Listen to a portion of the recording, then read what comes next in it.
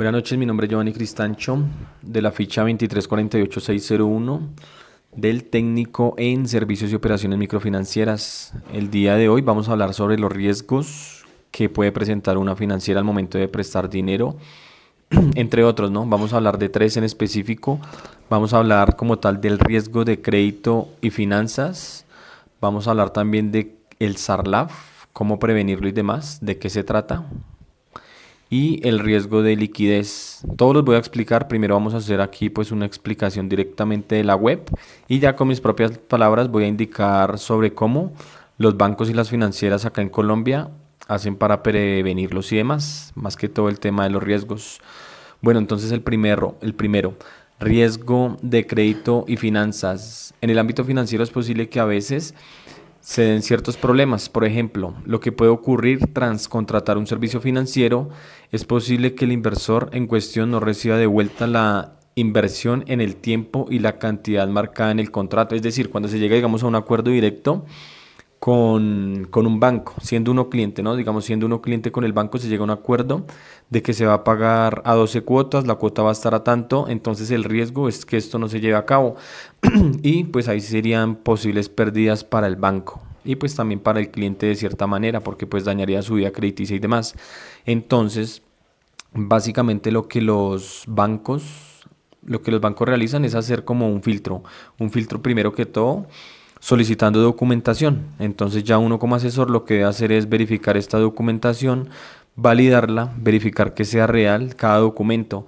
Así como cuando los bancos piden directamente lo que son los comprobantes de pago, verificar con la empresa que realmente trabaje ahí, que efectivamente devengue el puesto que devengue el salario que aparece en los comprobantes y demás, para que todo quede claro y transparente. Entonces eso es como lo que uno haría siendo asesor de un banco, o lo que hacen como tal los bancos es eso. Verificar también como tal los hábitos de pago y los puntajes que tengan centrales de riesgo, verificar que no tenga de pronto moras anteriores, o bueno, si las ha tenido, verificar de qué tiempo han sido y si no son tan preocupantes al momento de otorgar un crédito, y también verificar el monto que se va a prestar. Básicamente es eso. Y pues nada, digamos que también hacer una asesoría directamente con el cliente, indicarle pues los riesgos que conlleva tanto para él como para nosotros, y pues lo mejor es tener las cuentas claras. Digamos, ya uno como asesor lo que puede hacer también es charlar con el cliente, decirle cuántos son sus gastos versus lo que tiene que pagar mes a mes. Inclusive uno también lo puede hacer una tabla comparativa con el cliente, verificar sus gastos, cuánto, digamos, le queda de adicional, y eso sí podría ser la cuota, que no, digamos, que una cuota quedó en 300.000 pesos y los gastos de él a la final le quedan 150.000 y más, pues no alcanzaría. Entonces se haría eso para verificar que si realmente puede pagar un préstamo. Es básicamente eso. El riesgo de crédito financiero, para evitarlo, básicamente es hacer unos buenos filtros, en pocas palabras. Vamos con el SARLAF.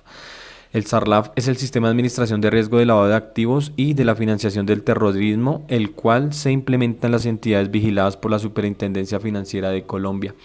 Bueno, básicamente el SARLAF es eso, hacer como un seguimiento de pronto a transacciones extrañas que se lleguen a realizar en el banco, o muchas veces personas que llegan con mucho efectivo de pronto a comprar un CDT y demás. Entonces uno básicamente, o bueno, las financieras, o bueno, ya uno personalizándose, trabajando en un banco y demás, lo que debe hacer es verificar la antigüedad que tiene el cliente con el banco, qué tipo de movimientos hace, hasta verificar el estrato socioeconómico, porque digamos una persona de un estrato bajo y de un momento a otro que llegue con 50 millones de pesos y quiere meterlos en un CDT o quiere ingresarlos, entonces ahí sí ya se hace un seguimiento de dónde provienen esos dineros.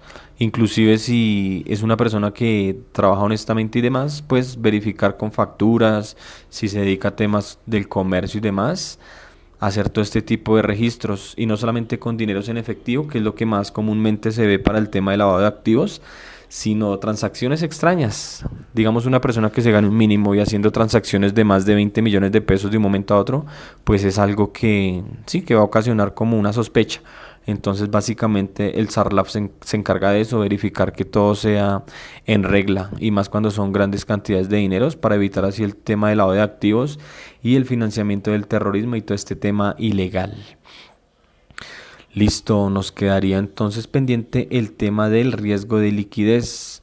Este es uno de los problemas más importantes de los bancos o instituciones financieras que deben resolver a diario, calcular cuánto dinero deben mantener en efectivo para pagar todas sus obligaciones a tiempo. Básicamente el tema de liquidez es eso, ya es lo que... Este tema sí más que todo es para las empresas, ¿no? Más que todo para las empresas grandes, cómo manejan sus dineros internos, digamos que haciendo un análisis de lo que gastan, tanto en tema de nóminas como inversiones de sus propias mercancías y demás. Bueno, ya depende de cada empresa que se dedique, pero asimismo tener efectivo para lo que son los gastos residuales y mensuales, ya sean como las facturas que son mes a mes, estos gastos financieros, digamos cuando se apalancan de un banco para hacer las inversiones que mes a mes cuenten con ese efectivo, o bueno, así no sean efectivo, pero cuenten con ese dinero libre, ya sea en una cuenta corriente, en una cuenta de ahorros, para hacer las consignaciones y quedar bien con los bancos, que es básicamente el riesgo de la liquidez. Muchas veces es porque las empresas no manejan bien sus dineros internos, ya son temas de contaduría y demás. Y esto, digamos, lo que puede pasar es que se alarguen las cuotas, se le cobren más intereses, entonces esto ya dañaría o sea, internamente el balance financiero pues a la empresa sí le puede dañar esto, sí, como su registro y el puntaje y demás también lo puede hacer.